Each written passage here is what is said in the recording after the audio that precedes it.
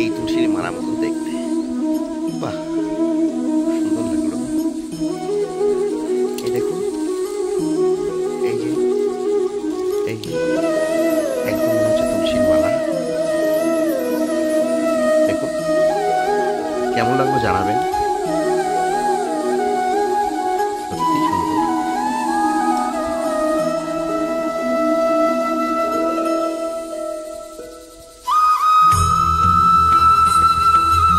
Joy Shrikrishna.